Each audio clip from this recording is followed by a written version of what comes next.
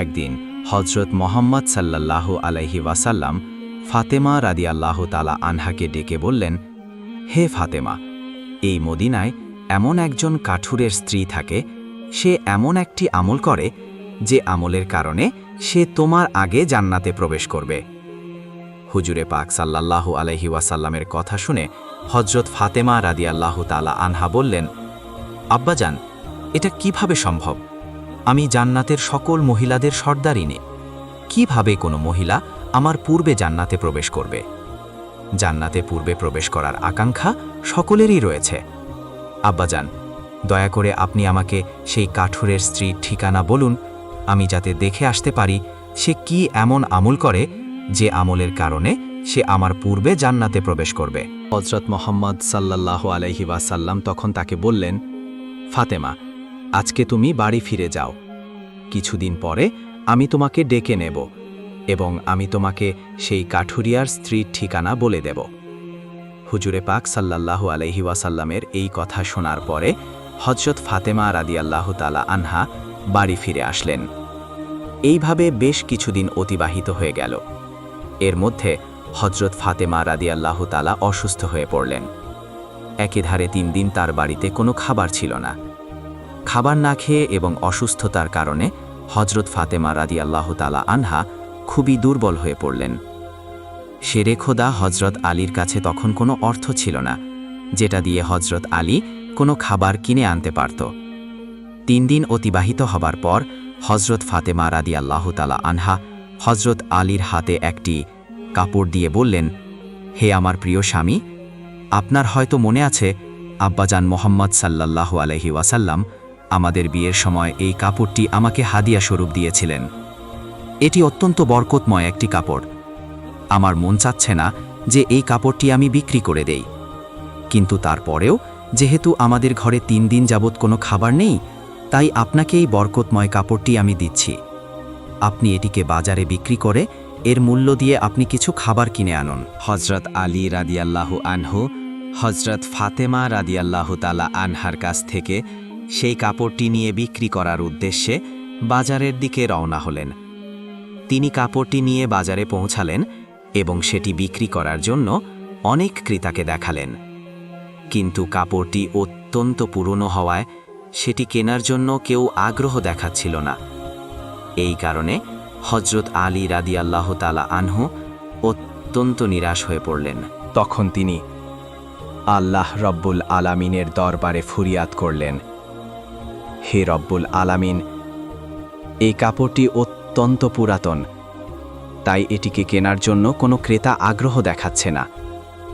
আজ 3 দিন যাবৎ নবীজি সাল্লাল্লাহু আলাইহি ওয়াসাল্লামের কলিজার টুকরো হযরত ফাতেমা রাদিয়াল্লাহু তাআলা আনহা ও হাসান হোসাইন না খেয়ে আছে। রব্বুল আলামিন, আজকে যদি আমি এই কাপড়টি বাজারে বিক্রি করে এর মূল্য দিয়ে খাবার কিনে বাড়িতে যদি না যেতে পারি, তাহলে আজকেও তাদেরকে না খেয়ে থাকতে হবে। আপনি এই কাপড়টি কেনার জন্য একজন ক্রেতার ব্যবস্থা করে দিন। শেরে খোদা হযরত আলী রাদিয়াল্লাহু আনহুর এই দোয়ার পরে একজন ক্রেতা আগমন করল এবং সে তাকে প্রশ্ন করল, আলী, তুমি কি এই কাপড়টি বিক্রি করতে চাও? আলী রাদিয়াল্লাহু তাআলা আনহু বললেন, জনাব, আমি তো এই কাপড়টি বিক্রি করার জন্যই বাজারে নিয়ে এসেছি। তখন সে বলল, কি পরিমাণ অর্থ দিলে তুমি এই কাপড়টি বিক্রি করবে? শেরে খোদা হযরত আলী রাদিয়াল্লাহু তাআলা আনহু জানতেন এই কাপড়টি অত্যন্ত পুরাতন, এর মূল্য সর্বোচ্চ 1 দিরহাম কিংবা 2 দিরহাম হতে পারে। তাই তিনি কোনো দাম না চেয়ে বললেন, জনাব, আপনার যা মর্জি তাই প্রদান করুন, আমি নিজ থেকে এই কাপড়টির কোনো দাম চাচ্ছি না। তখন সেই ক্রেতা বলল, আমি 6 দিরহাম দিয়ে এই কাপড়টি ক্রয় করতে চাই, তুমি কি বিক্রি করতে রাজি আছো? হযরত আলী রাদিয়াল্লাহু তাআলা আনহা খুশির সাথে রাজি হয়ে গেলেন এবং বললেন, জনাব, আপনি আমাকে 6 দিরহাম দিয়ে এই কাপড়টি ক্রয় করতে পারেন। এরপর ক্রেতা হযরত আলী রাদিয়াল্লাহু তাআলাকে 6 দিরহাম দিল এবং হযরত আলী রাদিয়াল্লাহু আনহু তাকে সেই কাপড়টি হস্তান্তর করলেন। ওদিকে আল্লাহ আলামিনের একদল ফেরেশতা অন্য আরেক দল ফেরেশতাকে বলতে লাগল, নবীজি সাল্লাল্লাহু আলাইহি ওয়াসাল্লামের সাহাবীরা অত্যন্ত দানশীল, তারা সুখে দুঃখে সর্বাবস্থায় দান করে।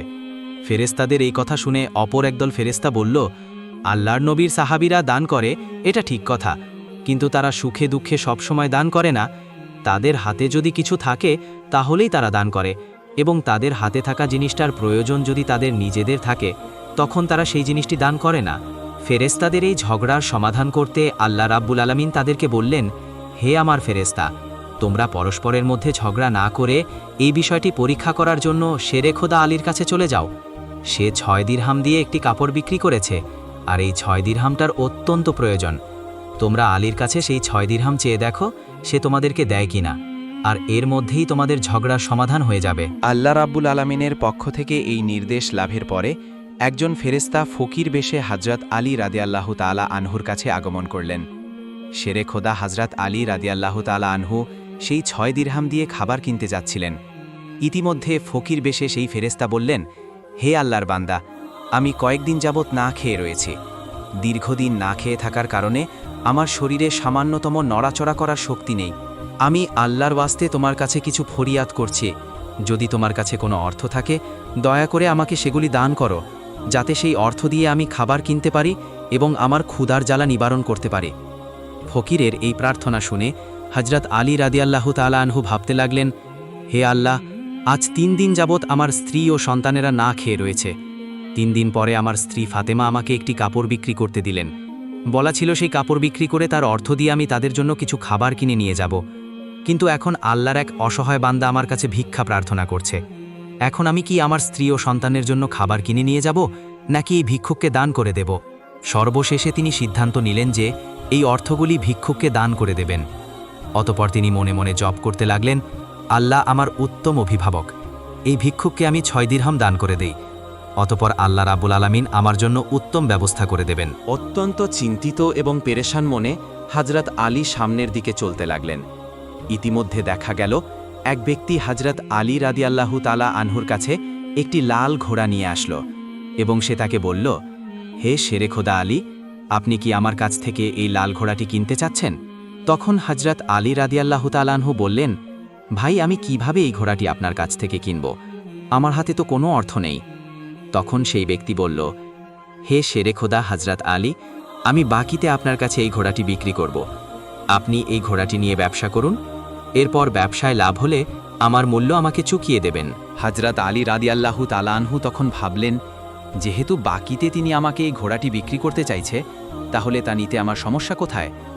অতপর হযরত আলী রাদিয়াল্লাহু তাআলা আনহু বললেন, আপনি কত দিরহামের বিনিময়ে এই ঘোড়াটি বিক্রি করবেন? সেই ব্যক্তিটি বললেন, আমি 100 দিরহামের বিনিময়ে এই ঘোড়াটি আপনার কাছে বিক্রি করলাম। হযরত আলী রাদিয়াল্লাহু তাআলা আনহু সেই ঘোড়াটি 100 দিরহামের বিনিময়ে তার কাছ থেকে কিনে নিল। এরপর ঘোড়াটি বিক্রি করার জন্য বাজারে নিয়ে গেল হযরত আলী রাদিয়াল্লাহু তাআলা আনহু। যখন সেই ঘোড়াটি বিক্রি করার জন্য বাজারে নিয়ে গেলেন, তখন এক ব্যক্তি এসে তাকে জিজ্ঞেস করলেন, হে শেরে খোদা আলী, আপনি কি এই ঘোড়াটি বিক্রি করতে চান?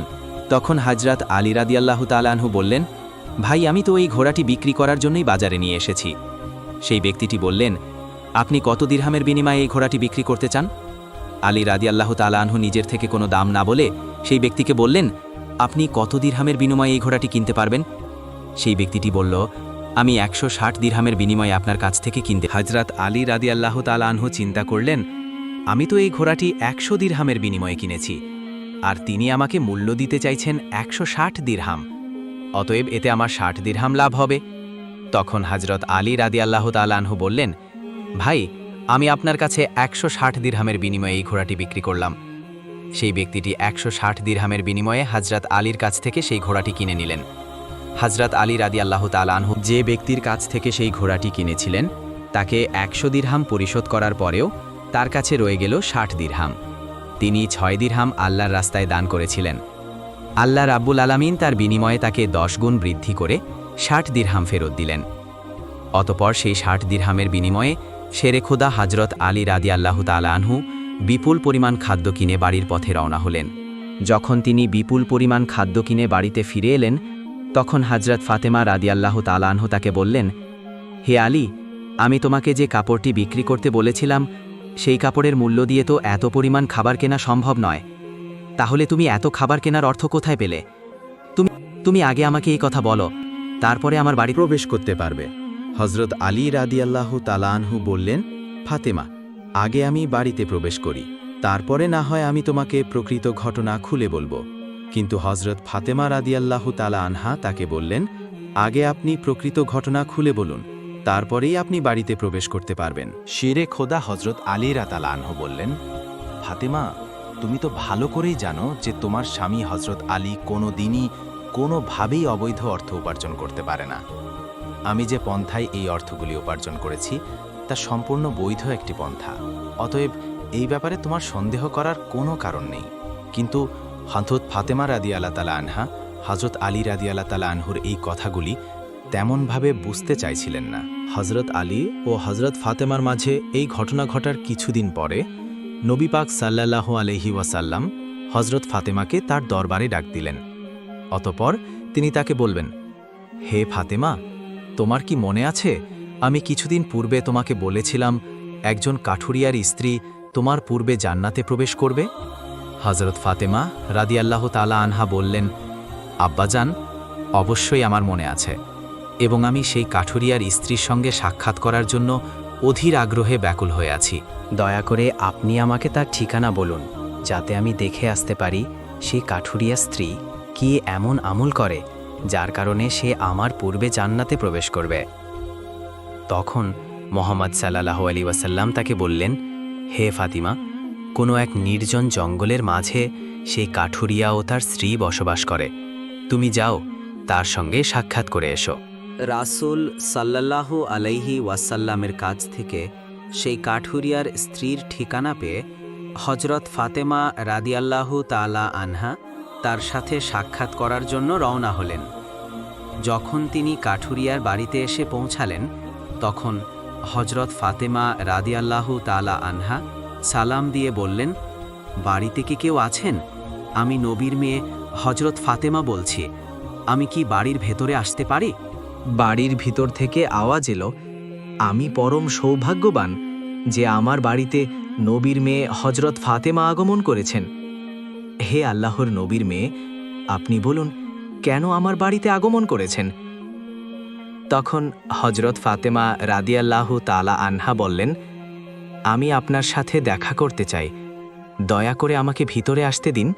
তখন কাঠুরিয়ার স্ত্রী বললেন, হে আল্লাহর নবীর মেয়ে, হে জান্নাতের সর্দারিনী, আপনার সাথে দেখা করার একটা ইচ্ছা ও আগ্রহ আমার মনেও রয়েছে, কিন্তু তারপরেও আমি আপনাকে ঘরে আসার অনুমতি দিতে পারি না, কেননা এটি আমার স্বামীর ঘর, আর আমি আমার স্বামীকে না বলে কোনো মানুষকেই ঘরে ঢোকার অনুমতি দিতে পারি না। দয়া করে আপনি আগামীকাল আসবেন, আমি আমার স্বামীর কাছ থেকে আপনার ব্যাপারে অনুমতি নিয়ে রাখব। যদি আমার স্বামী অনুমতি দেন, তবেই কেবল আপনাকে ঘরে প্রবেশ করার অনুমতি দিতে পারি। কাঠুরিয়ার স্ত্রীর কাছ থেকে এই কথা শোনার পরে হযরত ফাতেমা রাদিয়াল্লাহু তাআলা আনহা বাড়িতে ফিরে গেলেন। দ্বিতীয় দিন যখন তিনি কাঠুরিয়ার স্ত্রীর সঙ্গে দেখা করার জন্য বাড়ি থেকে বের হবেন, তখন হাসান রাদিয়াল্লাহু তাআলা আনহু তাকে জড়িয়ে ধরে বললেন, আম্মাজান, আপনি কালকে কোথায় গিয়েছিলেন? আপনাকে আমি খুঁজে পাচ্ছিলাম না। আম্মাজান, আপনি যেখানে যাচ্ছেন দয়া করে আমাকেও আপনার সাথে নিন। হযরত ফাতেমা রাদিয়াল্লাহু তাআলা আনহা তখন তার বড় পুত্র হযরত হাসানকে সাথে নিলেন। এরপর তিনি কাঠুরিয়ার স্ত্রীর বাড়িতে পৌঁছে গেলেন। অতঃপর সালাম দিয়ে বললেন, বাড়িতে কি কেউ আছেন? আমি নবীর মেয়ে ফাতেমা বলছি, এবং আমার সাথে আমার বড় পুত্র হাসান রয়েছেন। আমি কি বাড়ির ভিতরে আসতে পারি? ভিতর থেকে আওয়াজ দিয়ে কাঠুরিয়ার স্ত্রী বললেন, হে নবীর মেয়ে ফাতেমা, আপনার সাথে দেখা করার আগ্রহ আমার মনেও রয়েছে। গতকাল আমি আমার স্বামীর কাছ থেকে আপনার ব্যাপারে অনুমতি নিয়েছি, কিন্তু আপনার সাথে আপনার যে বড় পুত্র হাসানকে নিয়ে এসেছেন তার ব্যাপারে আমি আমার স্বামীর কাছ থেকে অনুমতি গ্রহণ করিনি। এই কারণে আমি আপনাকে ঘরে প্রবেশ করার অনুমতি দিতে পারি, কিন্তু আপনার পুত্র হাসানকে অনুমতি দিতে পারি না। দয়া করে আপনি আগামকাল আসবেন। আপনার পুত্র হাসানের ব্যাপারে আমি আমার স্বামীর কাছ থেকে অনুমতি নিয়ে রাখব। কাঠুরিয়ার স্ত্রীর কাছ থেকে এই কথা শোনার পর হযরত ফাতেমা রাদিয়াল্লাহু তাআলা আনহা আবারও বাড়ি ফিরে গেলেন। পরের দিন আবারও তিনি যখন কাঠুরিয়ার স্ত্রীর সঙ্গে দেখা করার জন্য রওনা করবেন, তখন তার ছোট ছেলে হযরত হুসাইন রাদিয়াল্লাহু তাআলা আনহু তাকে জড়িয়ে ধরে বললেন, আম্মাজান, আপনি 2 দিন ধরে কোথাও যাচ্ছেন, আমি আপনাকে খুঁজে পাচ্ছি না। আজকে আপনি আমাকেও সঙ্গে নিয়ে যান। হযরত ফাতেমা রাদিয়াল্লাহু তাআলা আনহু 2 পুত্র হযরত হাসান ও হুসাইন নিয়ে আবারও সেই কাঠুরিয়ার বাড়িতে গেলেন। বাইরে থেকে তিনি সালাম দিয়ে বললেন, বাড়িতে কি কেউ আছেন? আমি নবীর মেয়ে ফাতেমা বলছি এবং আমার সাথে আমার 2 পুত্র হাসান ও হুসাইন রয়েছে। বাড়ির ভিতর থেকে কাঠুরিয়ার স্ত্রী আওয়াজ দিয়ে বললেন, হে নবীর মেয়ে ফাতেমা, আপনার সঙ্গে দেখা করার আগ্রহ ও আকাঙ্ক্ষা আমার মনের মধ্যে রয়েছে। গতকাল আপনার ব্যাপারে এবং আপনার বড় ছেলে হাসানের ব্যাপারে আমি আমার স্বামীর কাছ থেকে অনুমতি নিয়েছি, কিন্তু আপনার ছোট ছেলে হোসাইনের ব্যাপারে আমি কোনো অনুমতি গ্রহণ করিনি। দয়া করে আজকেও আপনি ফিরে যান এবং কালকে আপনি আসবেন। কালকে আপনাদের 3 জনের ব্যাপারেই আমি অনুমতি গ্রহণ করে রাখব। কাঠুরিয়া স্ত্রীর এই কথা শোনার পর হযরত ফাতেমা রাদিয়াল্লাহু তাআলা আনহা আবারও বাড়িতে ফিরে এলেন। পরের দিন হযরত ফাতেমা রাদিয়াল্লাহু তাআলা আনহা সেই কাঠুরিয়া স্ত্রীর বাড়িতে আসলেন। তখন তাকে স্ত্রী ঘরে প্রবেশ করার অনুমতি দিল। হযরত ফাতিমা রাদিয়াল্লাহু তাআলা আনহা ঘরে প্রবেশ করে দেখলেন কাঠুরিয়া স্ত্রী বসে আছে, আর তার সঙ্গে রাখা আছে একটি লাঠি, একটি মোটা দড়ি এবং একটি পাত্রে পানি। এগুলি দেখে হযরত ফাতেমা রাদিয়াল্লাহু তাআলা আনহা তাকে জিজ্ঞেস করলেন, আপনি এগুলি নিয়ে বসে আছেন কেন? তিনি বললেন, সারাদিন পরিশ্রম করার পরে যখন আমার স্বামী বাড়িতে ফিরবে তখন হয়তো তার উজু করার প্রয়োজন হবে অথবা তার পানি পান করার প্রয়োজন হবে। আমি চাই না আমার ক্লান্ত স্বামী পানির জন্য সামান্যতম কষ্ট পাক। আমি তা চাই না। যাতে পানির প্রয়োজন হবার সাথে সাথেই আমি তার কাছে পানি পৌঁছে দিতে পারি, এই কারণেই আমি পানি নিয়ে বসে আছি। হযরত ফাতেমা রাদিয়াল্লাহু তাআলা আনহা আবার জিজ্ঞেস করলেন, হে বোন, তাহলে এই লাঠি নিয়ে বসে আছো কেন? তাছাড়া এই দড়ির কি প্রয়োজন? কাঠুরিয়ার স্ত্রী তখন উত্তর দিলেন, আমার স্বামী যদি কোনো কারণে আমার উপর অসন্তুষ্ট হয় এবং আমাকে শাস্তি দেওয়ার ইচ্ছে করে, তখন তার প্রয়োজন হবে একটি লাঠি, এবং আমাকে বেঁধে যাতে শাস্তি দিতে পারে তার জন্য প্রয়োজন হবে একটি দড়ি। আমি চাই না এই জিনিসগুলি খোঁজাখুঁজি করতে গিয়ে আমার স্বামী কোনো রকম কষ্ট পান। সেই জন্য আমার সামনে এই জিনিসগুলো নিয়ে বসে আছি। যখনই আমার স্বামী আমাকে কোনো কারণে শাস্তি দিতে চাইবে, তখনই তার সামনে লাঠি এবং দড়ি থাকবে, যাতে তিনি আমাকে দড়ি দিয়ে বেঁধে লাঠি দিয়ে শাস্তি দিতে পারেন। হযরত ফাতেমা রাদিয়াল্লাহু তাআলা আনহা কাঠুরিয়ার স্ত্রীর স্বামী ভক্তি দেখে বিস্ময়ে হতবাক হয়ে গেলেন। অতঃপর তিনি তাকে আর কিছু না বলে নবী করিম সাল্লাল্লাহু আলাইহি ওয়াসাল্লামের দরবারে ফিরে আসলেন। রাসূল সাল্লাল্লাহু আলাইহি ওয়াসাল্লাম ফাতেমাকে বললেন, ফাতেমা, তুমি কি সেই কাঠুরিয়ার স্ত্রীর সাথে দেখা করে এসেছো? ফাতেমা বললেন, আব্বাজান, হ্যাঁ, আমি তার সাথে দেখা করে এসেছি। নবী করিম সাল্লাল্লাহু আলাইহি ওয়াসাল্লাম বললেন, তুমি কি দেখেছ? হযরত ফাতেমা রাদিয়াল্লাহু তাআলা আনহা তখন বললেন, সেই মেয়েটি অত্যন্ত স্বামীভক্ত। তখন মুহাম্মদ সাল্লাল্লাহু আলাইহি ওয়াসাল্লাম বললেন, ফাতেমা, তার কাছ থেকে তোমার শেখার অনেক কিছু রয়েছে। হযরত ফাতেমা রাদিয়াল্লাহু তাআলা আনহা তখন বললেন, আব্বাজান, আমি তার কাছ থেকে কি কি শিক্ষা গ্রহণ করতে পারি এবং সে কিভাবে আমার পূর্বে জান্নাতে যাবে, এই ব্যাপারটি আমাকে বুঝিয়ে বলুন। রাসূল সাল্লাল্লাহু আলাইহি ওয়াসাল্লাম তখন বললেন, হে ফাতেমা, শোনো, তুমি কিছুদিন আগে তোমার স্বামী আলীকে একটি পুরাতন কাপড় বিক্রি করার জন্য দিয়েছিলে। হযরত আলী সেই কাপড় বিক্রি করে তার অর্থ দিয়ে তোমাদের জন্য অনেক খাবার কিনে এনেছিল, কিন্তু তুমি সন্দেহ করেছিলে যে হযরত আলী এগুলি বৈধ উপার্জন করেছে কিনা। এই জন্য তুমি তোমার স্বামীকে ঘরে প্রবেশ করতে দাওনি এবং বিভিন্ন প্রশ্ন করার মাধ্যমে তাকে কষ্ট দিয়েছিলে। অথচ তুমি জানতে তোমার স্বামী হযরত আলী কোনোদিনই অবৈধ পথে উপার্জন করেন না। হে ফাতেমা, তুমি যখন আলীকে সেই কাপড়টি বিক্রি করার জন্য দিয়েছিলে, হযরত আলী তার জন্য কোনো ক্রেতা খুঁজে পাচ্ছিলেন না। তখন আল্লাহ রাব্বুল আলামিন তার ফেরেশতা মিকাইলকে সেই কাপড়টি কেনার জন্য পাঠিয়েছিলেন। আল্লাহর ফেরেশতা মিকাইল সেই কাপড় আলীর কাছ থেকে 6 দিরহামের বিনিময়ে কিনেছিলেন। এরপর আরেকজন ফেরেশতা এসে হযরত আলীর কাছ থেকে সেই 6 দিরহাম ভিক্ষা প্রার্থনা করেন। হযরত আলী সেই 6 দিরহাম আল্লাহর রাস্তায় দান করে দেন। অতঃপর তিনি চিন্তিত অবস্থায় বাড়িতে ফিরে আসছিলেন। এমন সময় ফেরেশতা জিব্রাইল তার কাছে একটি লাল ঘোড়া 100 দিরহামের বিনিময়ে ধারে বিক্রি করেন। হযরত আলী সেই ঘোড়াটিকে নিয়ে বাজারে যান এবং ইসরাফিল ফেরেশতা হযরত আলীর কাছ থেকে সেই ঘোড়াটি 160 দিরহামের বিনিময়ে কিনে নেন। আল্লাহ রাবুল আলামিন 6 দিরহামের বিনিময়ে হযরত আলীকে 10 গুণ বৃদ্ধি করে 60 দিরহাম দিয়ে দেন। সেই অর্থ দিয়েই হযরত আলী তোমাদের জন্য বিপুল পরিমাণ খাবার কিনে এনেছিলেন। ফাতিমা, শুনে রাখো, যে কাপড়টি হযরত আলী বিক্রি করেছিলেন, আল্লাহ রাবুল আলামিন সেই কাপড়টি জান্নাতে সংরক্ষণ করে রেখেছেন। আর যে ঘোড়াটি দিয়ে হযরত আলী ব্যবসা করেছিলেন, সেই ঘোড়াটিও আল্লাহ রাব্বুল আলামিন জান্নাতে সংরক্ষণ করে রেখেছেন। কাল কিয়ামতের দিন তুমি যখন জান্নাতে প্রবেশ করবে, তখন তুমি সেই ঘোড়ার উপরে থাকবে, আর সেই কাপড়টি হবে ঘোড়ার লাগাম, আর সেই লাগামটি ধরে থাকবে ওই কাঠুরিয়ার স্ত্রী।